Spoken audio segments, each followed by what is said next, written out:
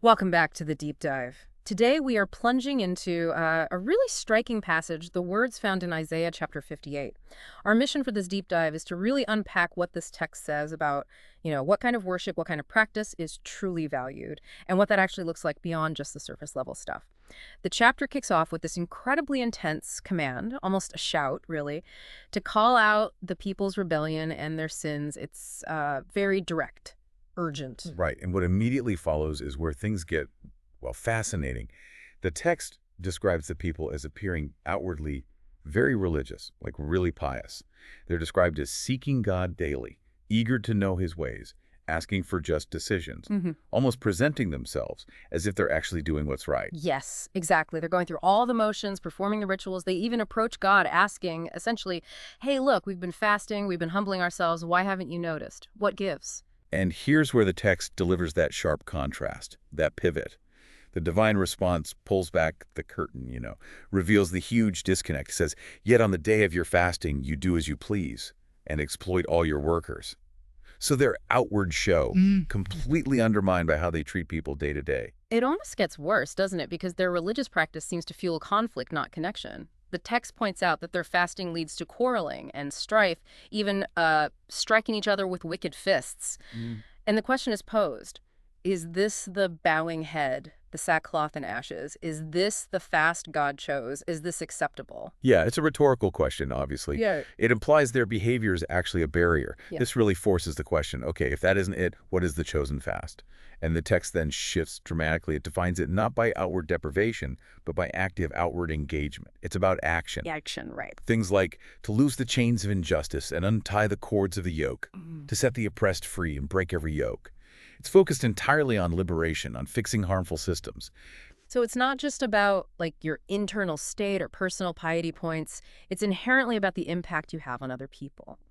The text continues, adding these really concrete examples of this true fast, sharing your food with the hungry. Providing shelter for the poor wanderer, clothing the naked, and pointedly, not turning away from your own flesh and blood. It brings it right down to immediate, tangible compassion, right in your community. Right where you live. And this is where the passage becomes this powerful promise. If they actually live this way, if they practice this true fast, then specific outcomes are guaranteed. Things change. What kind of things? Well, your light will break forth like the dawn, your healing will quickly appear, your righteousness goes before you, and the glory of the Lord acts as your rear guard. Protection, vindication. And they'll call out, and the Lord will actually answer, here I am. Which is Huge. But there are more conditions, right? It Yeah. continues. If they remove the yoke of oppression. with the pointing finger and malicious talk. Yep. Yes, those relational harms. And if they genuinely spend yourselves in behalf of the hungry and satisfy the needs of the oppressed. Then their light rises in the darkness. Their darkest night becomes like noonday.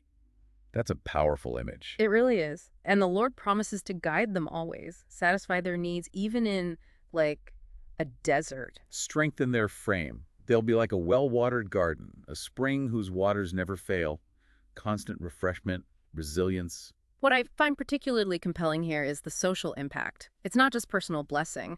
Living this way leads to collective restoration. It says their people will rebuild ancient ruins, raise up old foundations. Yeah, they'll earn these reputations. Repair of broken walls, restorer of streets with dwellings. It links personal integrity directly to community healing. That's quite profound. Definitely. And then there's one more layer added. Right, the Sabbath condition. If they keep the Sabbath holy, not doing their own thing, calling it a delight, honoring it, Not going their own way or speaking idle words on that day. more promises. They will find joy in the Lord, be elevated, ride on the heights of the land. And feast on the inheritance of Jacob. The text underlines this. The mouth of the Lord has spoken. This isn't trivial.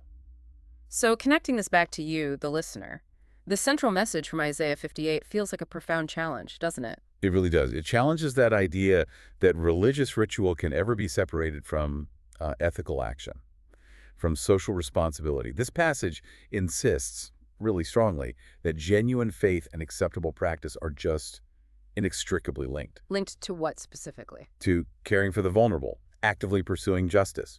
It forces, to confront any gap between how we look outwardly and the reality of our impact on others.